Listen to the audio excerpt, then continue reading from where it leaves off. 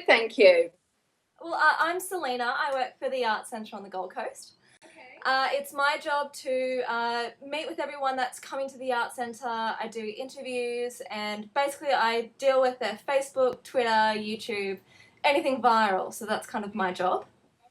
Wow. Oh my gosh, okay.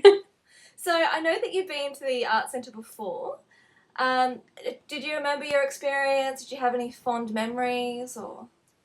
I do remember going to the Arts Centre, but it was such a whirlwind tour that I really didn't get to see much of the place. I do remember the dressing room, though. That's one thing I always remember. And I remember turning up late, not on stage, but turning up for my sound check late. I loved the area, and my parents were with me, and so it really has got really fond memories for me. Starting from the very start, how did you find out that you had such a fantastic gift? I didn't see it as a fantastic gift at the age of 4. Many people do, but for me, it was something that developed over a period of time. It was something that I learned to deal with because for me, it was hard growing up having this gift. It really was. People ridiculing you at school and thinking that you were strange. And so it was only until the late 20s, well, late teens, early 20s that I really started to, I suppose, accept that it was slightly different. Right, okay.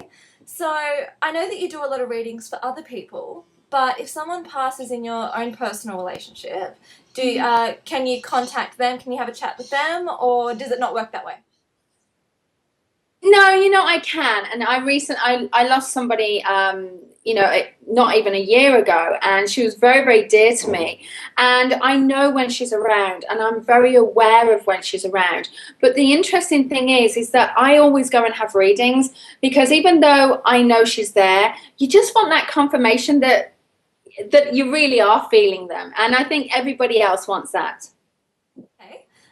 If someone is looking that they come into your show and they're really wanting to, contact someone, should they bring something with them, or is something that they can do to maybe make a connection stronger?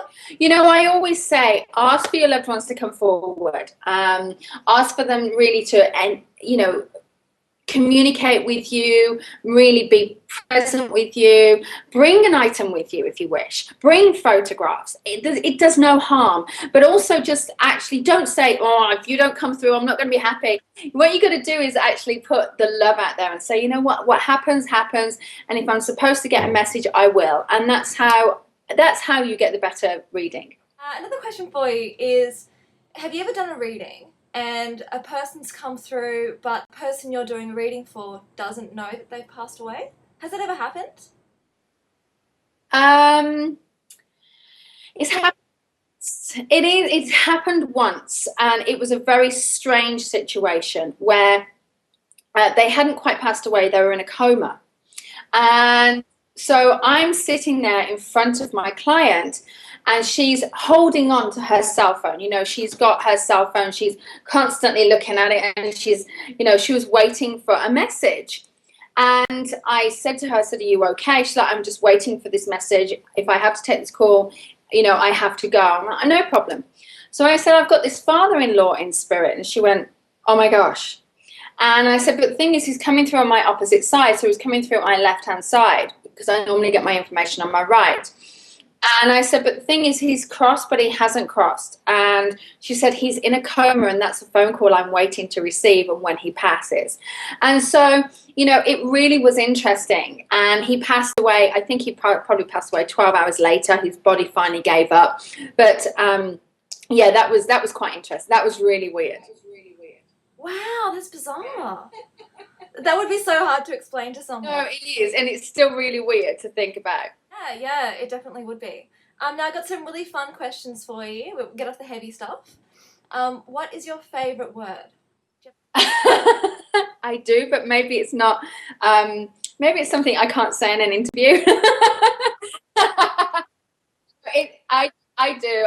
It's funny because the one word that I love, and And yeah, there are other words that I can't say. But the one word that I just love, is bizarre, is osteopathy. I don't know why. It just rolls off the tongue. It's bizarre. And I don't use it. But the word, I love osteopathy. Osteopathy. Isn't that weird? Yeah, well, actually, the most favorite word of people is actually cellador because of the way it rolls off the tongue. Really? Yeah, osteopathy. It's that opathy kind of feeling. It's weird. Is there a word that you don't like? No, I don't think there is. I'm just trying to think. I hate the word weird. I know that's bizarre, and I do use it, but I hate being called weird because it's something I've been called for years. But other than that, no, there's no words that I don't really like, I suppose. Okay, how about a favorite sound? Favorite sound is probably my dogs barking and playing. I have to say they make this like real kind of growling sound where they just play, and I love it. I absolutely love it, and that's my one of my favorite sounds. And of course my son. Oh wow, okay. Sound that you don't like. Probably tapping of the fingers, like tap tap drumming of the fingers drives me insane. Oh wow, Oh my gosh, insane. that's a good one. Okay, now what is something that not everyone would know about you? It can't be huge and controversial. Something like, for me, I'm scared of paddle pop sticks. Okay. They scare me. So is there one for you? Okay. Well, there's two things. I mean, everyone knows I have this absolute phobia of peas, but which is bizarre because when I was a kid, I used to see spirits, and this one spirit told me not to eat my peas because I'd die. And I found out my great uncle died choking on peas. But that's very common. Everyone knows that about me. But the one thing that maybe people don't know is that I have to have everything labeled. I'm so OCD. If you go in my closet, you'll have my bags all labeled, and like I've packed, I have all my things in space bags and labeled with what's in them, and I take photographs of each outfit. Yeah. And in my closet, in my bathroom, I have hair products, makeup, everything's labeled. And one last question for you. When the day comes that you reach the pearly gates, what would you like him to say to you? I just like him to say the fact that I've done my life's work, and that I've really changed lives, and that's what I'm here to do. I'm here to heal and change lives. Oh, that's beautiful. Well, I'm really excited. I can't wait to meet you on March the 1st when you're here at the Arts Centre Gold Coast. Thank you so much. I'm excited to come back. Thank you so much for your time, and I hope you have fun. You're in Sydney at the moment, aren't you? I am, yes. I'm overlooking Sydney. We leave actually in the next 15 minutes to go to Melbourne. Lovely. All right, well, I'll let you go. Have a good flight and take care. Thank you. Thank you so much.